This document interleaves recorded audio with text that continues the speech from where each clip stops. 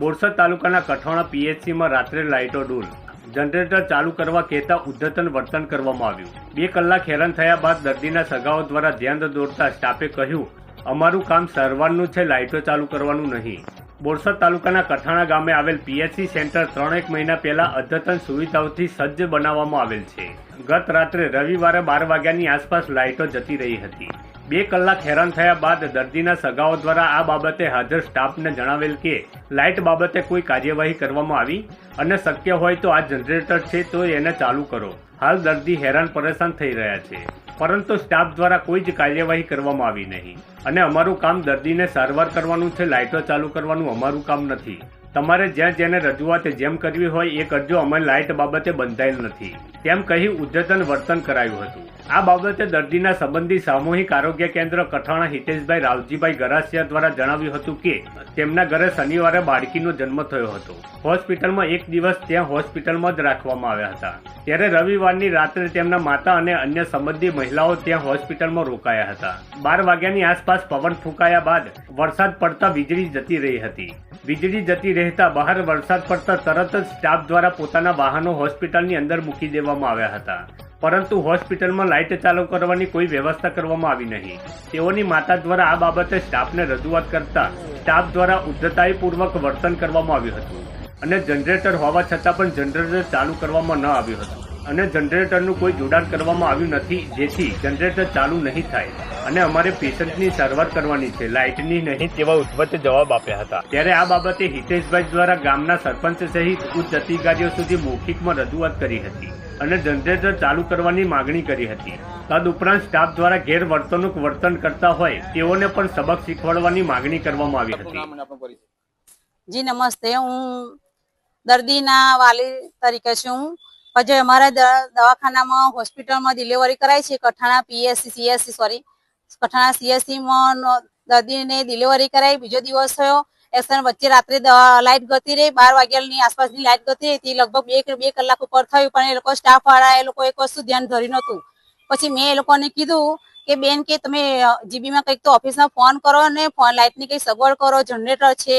તો એ લોકોએ કીધું કે બેન જનરેટર કે ચાલુ નથી કર્યું કે અમે સગવડ, પછી મેં કીધા પછી એ લોકોએ 2-3 ફોન માર્યા, પણ પછી ફોન માર્યા તો ખરા પણ લાગ્યો નથી એમ કરતા તો મેં મારી રીતે બી ટ્રાય કર્યો। પછી મેં એક ભાઈ જોડે વાત કરી, ઇમરજન્સી નંબર લીધો, કોલ કર્યો, ત્યાર પછી એ લોકોએ સાંભળીને પછી એ લોકોએ એ જ નંબર બીજા ભાઈ પાસેથી લીધો અને પછી એ લોકોએ મને સંભળાયું કે જો બેન અમે પણ એ નંબર કર્યો કે, પણ એ લોકોએ કાર્યવાહી ક્યારે કરી કે જ્યારે મેં એમને કીધું 2 કલાક થઈ ગયા, મેં કીધું એક્શન લીધી તાર કરી, ત્યાર પછી એ લોકોએ કીધું। તો પછી આવું ના હોવું જોઈએ ને, કારણ કે એ લોકો સુવિધામાં રહેતા હોય, એ લોકો ગરમીમાં નથી રહેવા માંગતા, એ લોકો બહાર સરસ પવનમાં પલંગ ઢાળીને હોઈ ગયા હતા। તો પછી એ લોકો દર્દીની બી સલામતી રાખવી જોઈએ ને। લાઇટ નથી તો એ લોકોને તાત્કાલિક સગવડ કરવી જોઈએ। આમ કે છે કે દર્દીને તકલીફ ના પડવી જોઈએ, એ લોકો જોવા જ નથી આવ્યા। લાઇટ ગઈ 2 કલાક થયા તો એ લોકો દર્દી બાજુ આવ્યા જ નથી કોઈ। અને પછી મેં જયારે કીધું ને તો એ લોકો મારી સામે લડવા માંડ્યા કે બેન તમે ઝઘડો કરો છો, આમ કરો છો, તેમ કરો છો, કે લાઇટ અમારા હાથમાં છે કે આમ કર્યું। અને ઓલરેડી સામેના ચોગનમાં તો એમને લાઇટ ચાલુ જ હતી, જે એ લોકોએ પલંગમાં ઢાળ્યો એમની પાસે લાઇટ બી હતી, સમય એવો પવન પણ આવતો હતો। પછી એ લોકો તો આરામથી સુતા હતા, 2 જણા, એક કામ કરે છે ભૂરીબેન હતા અને એક મનીષાબેન સિસ્ટર હતા, એ સુતા હતા। મેં ઓલરેડી મારી આંખો નજરથી મેં નિહાળ્યું છે, એક આ બાજુનું માથું કરીને સુઈ ગયું, એક આ બાજુનું માથું કરીને સુઈ ગયું। અને વત્તા પ્લસ એમની જે એક્ટિવા હતી ને એ એક્ટિવા બી એમને અંદર લાવીને ત્યાં આગળ કેસબારીની બારી આગળ એમની એક્ટિવા સુવિધામાં સુરક્ષિત રીતે મૂકી હતું એમને એક્ટિવા। તો પછી એમને એમનું આસન સાધન જો એક્ટિવા એટલું સરસ રીતે મૂકતા હોય સુરક્ષિત રીતે, તો પછી દર્દીની સુરક્ષિત જાણવાની હોય કે પછી એમની એક્ટિવાની જોવાનું હોય, એમને માણસની દયા જાણવાની હોય કે એમની એક્ટિવાની જાણવાની હોય એવું। પછી મેં કીધું બેન આવો રસ્તામાં ના સુઈ જવાય ક્યાં, ગોદરી રસ્તામાં ના પથરાય ક્યાં। તો મેં કીધું બેન રસ્તામાં તમે પલંગ ઢાળ્યો છે ને એ વધારે રસ્તામાં તમે ઢાળેલો છે। મેં કીધું જયારે મેં તો ગોદરી નાખી જ છે, મેં કીધું તો પછી એવું તમને લાગતું હોય તો તમે અમારી રૂમમાં તમે 5 થી 10 મિનિટ તમે ઉભા રહો, મેં કીધું અમારી રૂમમાં, તો તમને ખબર પડે કે બેન દર્દી કેવી હાલતમાં છે, બરાબર।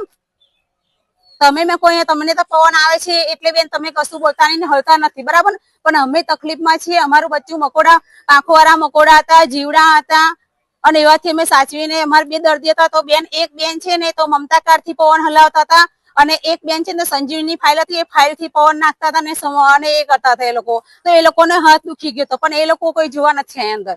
મેં સાહેબને એમઓને ફોન કર્યો તો એમઓનો ફોન સ્વિચ ઓફ બતાવતો હતો પછી મેં સિસ્ટરને કીધું, બેનને કીધું તો કે બેન તમે ફોન કર્યો એમ બરાબર કે તો બંધ બતાવે છે ને તો પછી અમે શું કરે કે તો ચલો મેં બંધ કર્યો, મેં નંબર કર્યો એ સીયુજી કાર્ડ હતું, પણ પર્સનલ એમનો બી એક્સરે એક બીજો પર્સનલ નંબર એમની પાસે હોય એ તમારી પાસે દવાખાનાના ઓલરેડી બધાના સ્ટાફની જોડે હોવો જોઈએ ને હશે પણ એમને વાત કરી ના કરી એ મને નહીં જાણકારી તો એમને મને એવું કીધું કે જાણ નહીં કરી કે ભાઈ ડોક્ટરે ફોન નહીં પાડ્યો.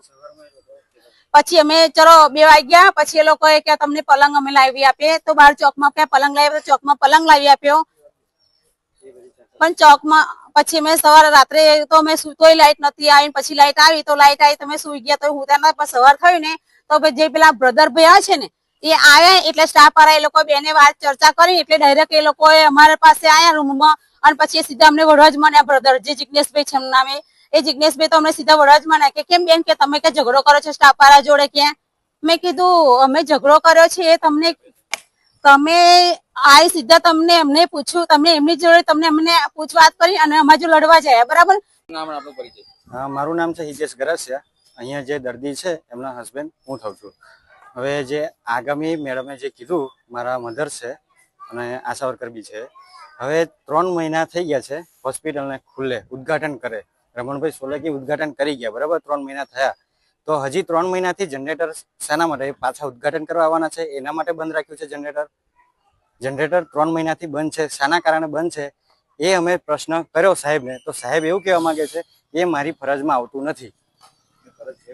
આ ફરજ છે કોની હું ખાલી એટલું જાણવા માંગુ છું કે જનરેટર ચાલુ કરવાની ફરજ કોની છે. મારા દર્દી મારા વાઈફ મારા છોકરીને કંઈક થશે તો એની જવાબદારી કોણ લેશે? ડોક્ટર સાહેબ તો કહે છે મારી જવાબદારી છે નહીં તો આ જવાબદારી કોની છે? અને જિજ્ઞાસભાઈ કે છે તમારે જે ફરિયાદ કરી હોય ત્યાં કરી લો તમારથી જે થાય એ કરી શકો છો કે